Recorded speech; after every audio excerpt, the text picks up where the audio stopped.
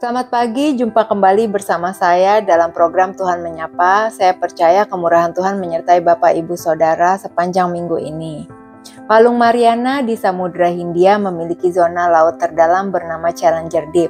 Dalamnya sekitar 11.000 meter. Dan gunung yang tertinggi di dunia, Gunung Everest, memiliki ketinggian 8.848 meter. Manusia bisa mengukur laut yang paling dalam di dunia ini dan gunung yang tertinggi di dunia ini. Tetapi kedalaman hati manusia hanya Tuhan yang bisa mengukur dan melihatnya. Dalam kehidupan kita mengiring Tuhan, ternyata perkara hati ini amat penting. Firman Tuhan katakan dalam Amsal 4 ayat 23, "Jagalah hatimu dengan segala kewaspadaan karena dari situlah terpancar kehidupan."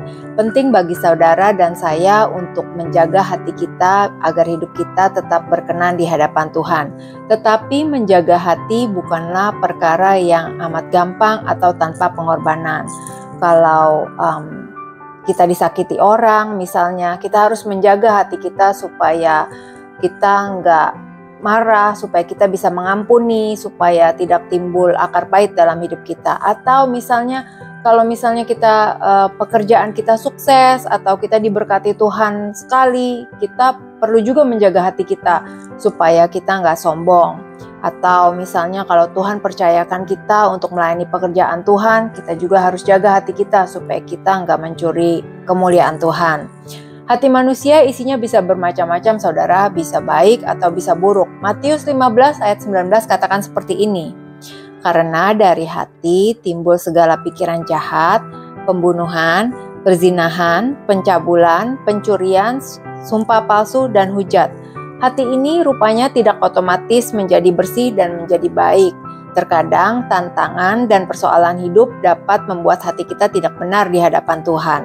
Kita harus menjaganya dan mengusahakan supaya hati kita tetap baik. Karena apa yang ada di hati kita keluar melalui tindakan dan perkataan kita. Untuk menjaga hati kita harus belajar memiliki teachable heart. Hati yang mau dikoreksi dan diajar dan dinasehati oleh Tuhan.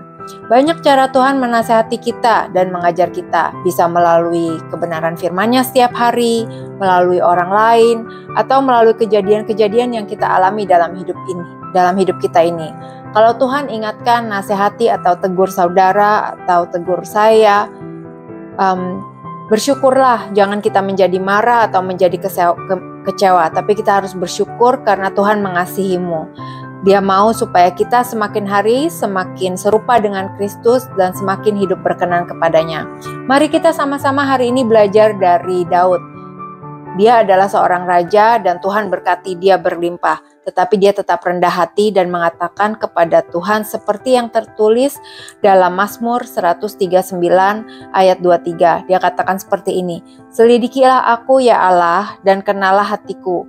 Ujilah aku dan kenalah pikiranku."